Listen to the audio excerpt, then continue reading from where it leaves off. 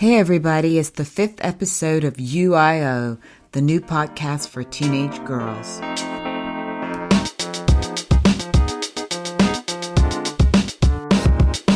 Hugs to everyone and thank you for joining UIO, the podcast for teenage girls.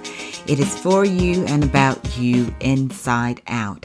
I am Sonja Lewis, your host. Today we're talking about hair, the long and the short of it. But here's the thing, hair is sometimes trivialized as if it doesn't really matter. But make no mistake about it, hair matters. And taking care of it is no trivial thing either.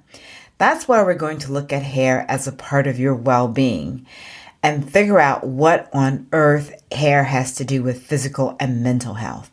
But also we'll take a closer look at the stylish side of hair. With oodles of hairstyles to choose from, matters might get just a bit tangled with identity, self-image, and even politics.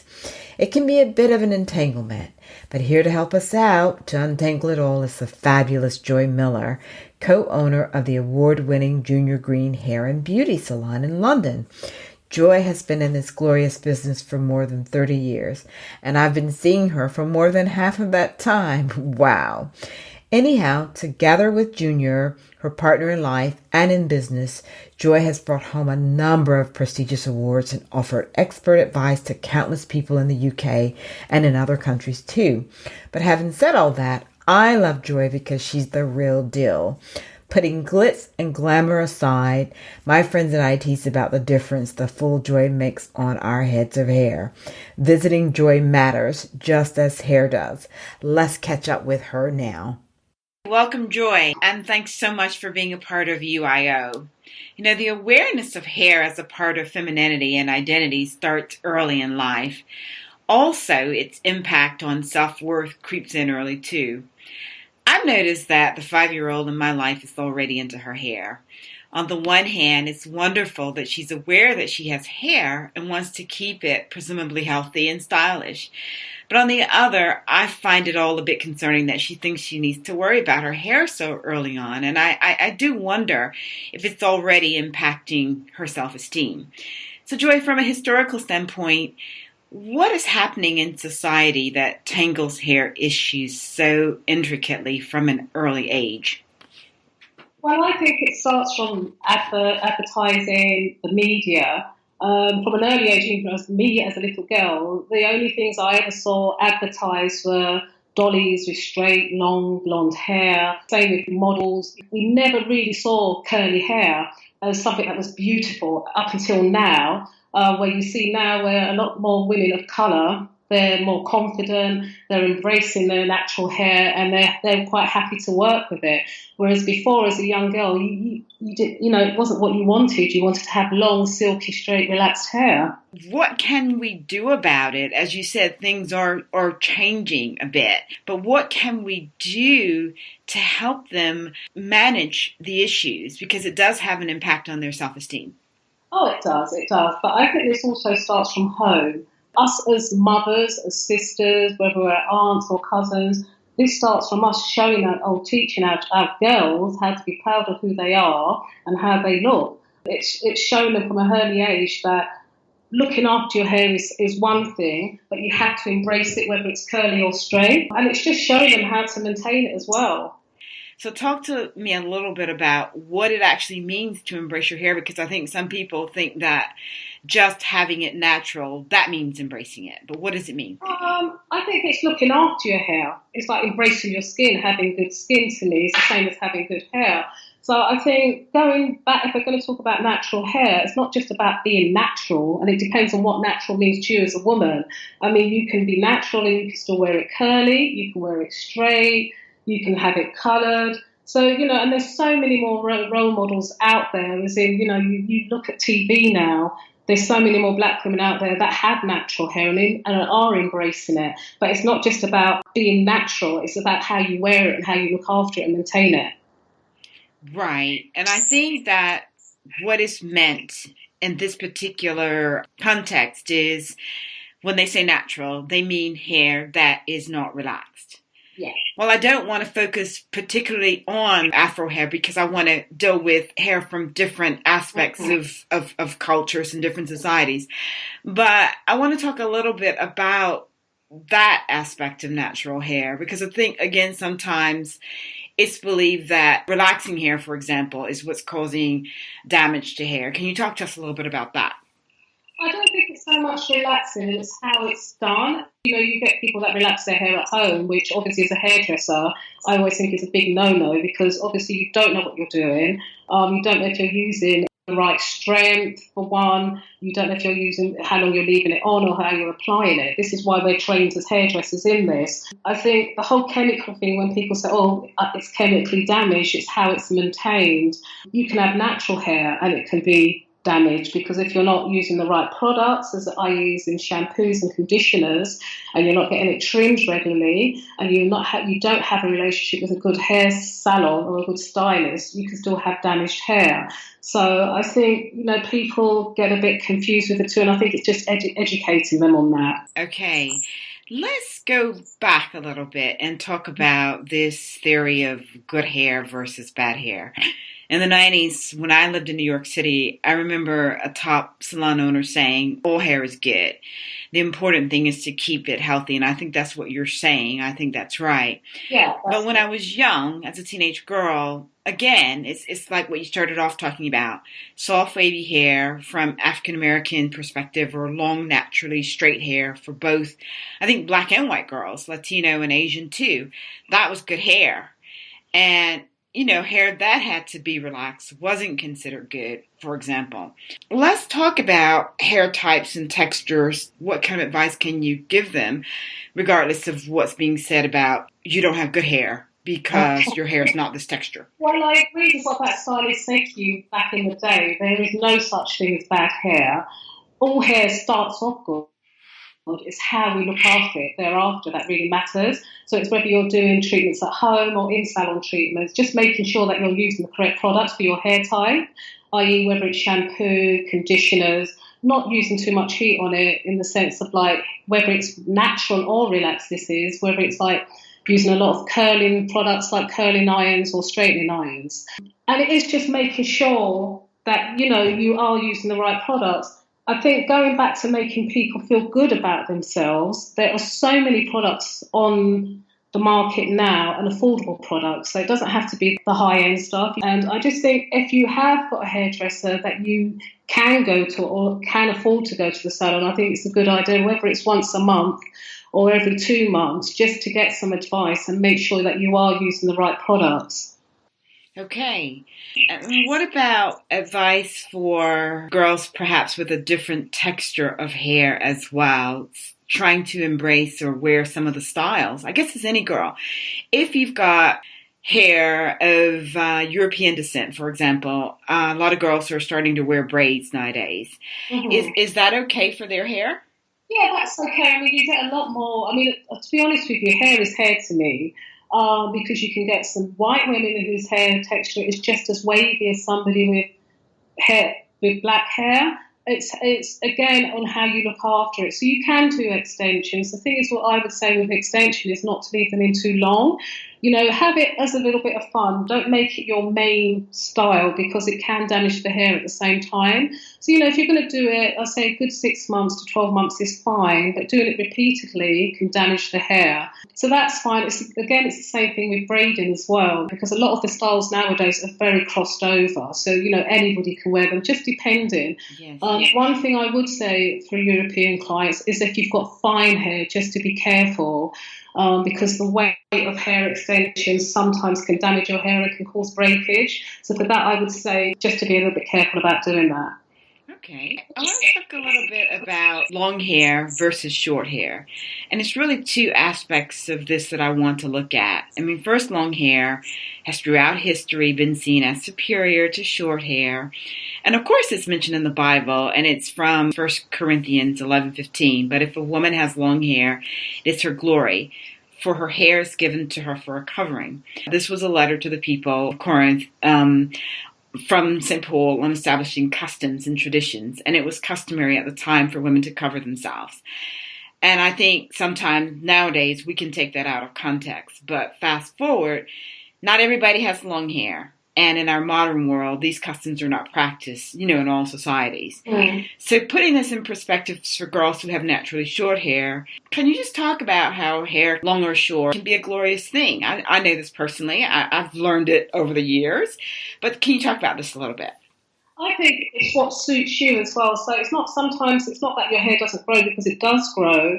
It's just how you look after it. And some people it's also a genetic thing, I should say, to start with. And some people's hair, you can cut it and within 6 weeks it's back. I think it's just maintaining it. And I think this is going to sound a little bit silly, but your hair is almost like a plant. So if you don't nurture it and look after it like you would look like with a flower, you have to water it to grow. If you don't get regular trims and regular treatments and moisturize it correctly, it won't be healthy. And I also think it's about embracing a style that you think will suit you. So getting a good cut that will suit your face shape, whether it's long or short, because you do get women with long hair sometimes, and it can be quite aging, especially when you get to a certain age in your life. So sometimes having hair down your back isn't always great. Yeah, I mean, that leads to something else, which might make me seem a bit old-fashioned, but I'm going to bring it up anyhow. I have noticed in the last several years, particularly with teenage girls, and it doesn't matter, it seems, whatever nationality. I know that girls of European descent have been wearing their hair sort of loose and long, but I think it's a bit different these days. Hair spilling down the backs and everything. And when I was a teenager, and I'm beginning to sound like my mom, this was considered very grown up and only happened on special occasions. And part of what I hope to do with this podcast is to take back teen years for girls. Avoid this premature everything, growing up too soon. And I think it's all about the sexualization of teenage girls. I'm hoping to do something to begin to prevent that. And I'm not meaning to be old-fashioned, but we are a society of premature everything, whether it's makeup, fashion, hair. It just seems to be a natural thing for teenage girls to look grown up. And I want you to just talk to us a little bit about what can girls do to jump off, or even sort of maybe more quietly step off this bandwagon, where it's just not always about having this something that makes you look older.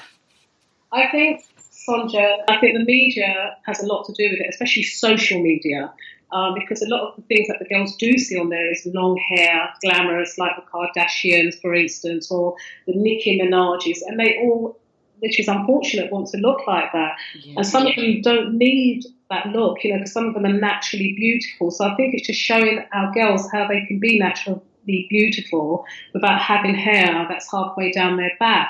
And I think it's also, again, like we said, just trying to get them and show them how to embrace their natural beauty. It's great you want to look 10 years older now, but when you are 10 years older, you're going to want to look younger. Yeah.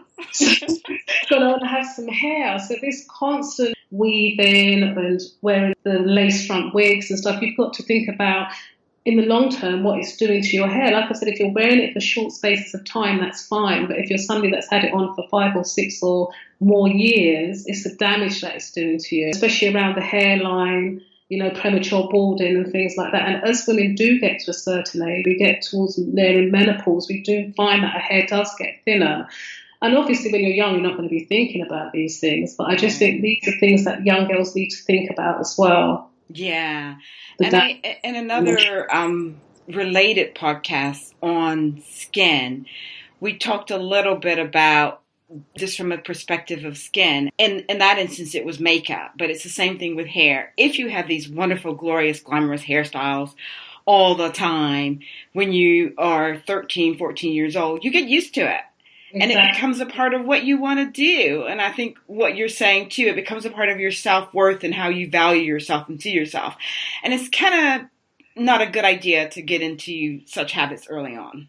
No. And I think it's for us to show, especially our young girls, just to be proud of who you are. As I said before, that comes from us as women, as whether it's your aunt, your mother, your sister. You need to look at those people as role models rather than what's on the media, because those women on the media can always have the money to fix themselves. Yeah. And this leads to the conversation about identity. and how hair does have a bearing or a perceived bearing on identity. For instance, when I was a young woman living in New York, an older woman who was, I think she was rather sophisticated. I didn't think so at the time, but I look back on it and perhaps she was, referred to me as a braided girl because I wore braids. And I've never forgotten that. And you've talked about how girls can choose a preferred style and so forth and so on, because there's so many different styles out there, something that suits them. But how can you choose a style like braids because you think they're fun and you're just going to wear them for a little while? Like you said, that's not going to become your thing where it damages your hair, without trying to define your identity or a political, thinking that it's a political expression. Nowadays, and even everywhere, braids are everywhere now, which we're quite lucky, rather than before, you never saw so many women, especially women of non-colour, wearing braiding, whereas it's on the catwalk, it's on the TV, it's on the street, it's everywhere now. And I think for some people, the whole braiding thing, especially if you're sporty, it's an easy option. So I think it's how you have it braided as well. It's like anything. It's like how you wear your hair, whether it's relaxed or whether it's natural, so it doesn't look so aggressive, and it's not offensive, but also it's in a nice style and it suits you. And I just think, I have short hair, and some people say to me, why do you wear your hair short? Because I think it suits me.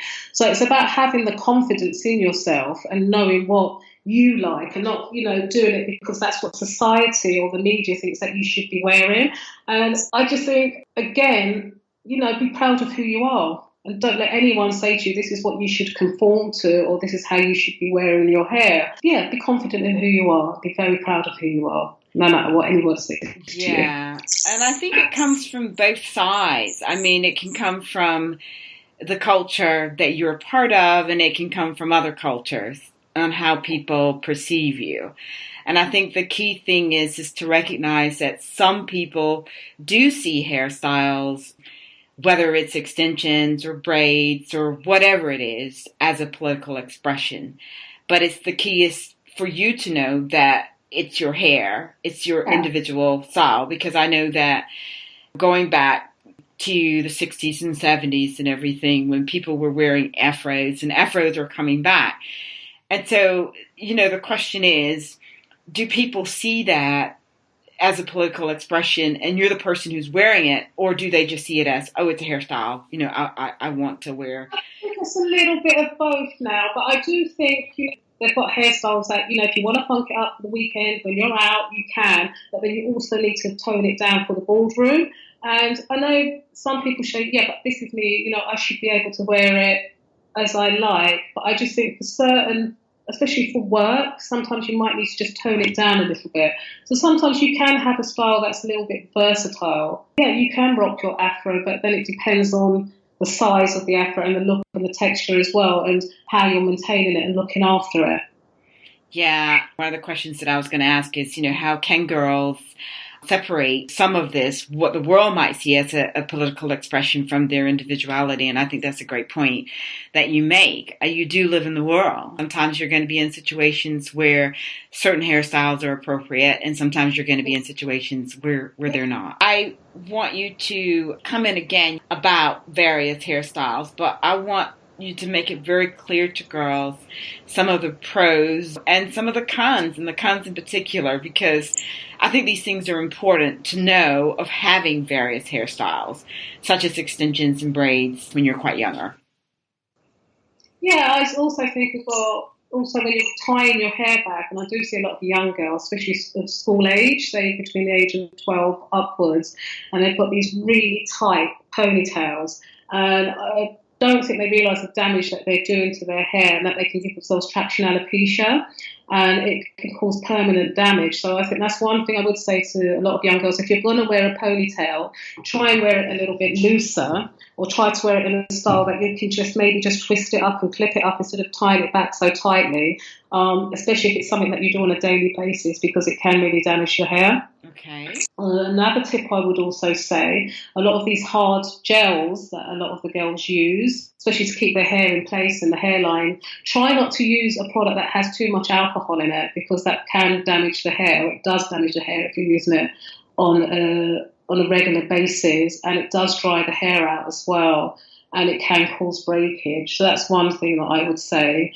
Another tip I would say, but I suppose a lot of girls are moving away from now because a lot more girls are embracing their natural hair, is the curling irons. You know, it's okay for once or twice a week, but any more than that, and you are really damaging your hair, causing a lot of heat damage as well. And she's telling the truth, girls. I'm guilty. But those are things that I would say just to sort of like stay away from. And also, again, tight braiding, hair extensions, you know, you can have them, like I said, make it fun, or even try clip-ons as an alternative rather than to have permanent extensions in. And it's a cheaper way as well. And you can have it in for a fun night out and then take them out when you get home. And it does less damage to the hair as well if you're using the clip-ons. Okay. Yeah, I know one thing that I haven't mentioned that we definitely need to mention. I remember talking to someone who I know, and she talked about her daughter's hair. Her daughters had this long, glorious hair. They're from an Asian background, but as they grew older, the hair started to look like it was on fire. Her words, not mine.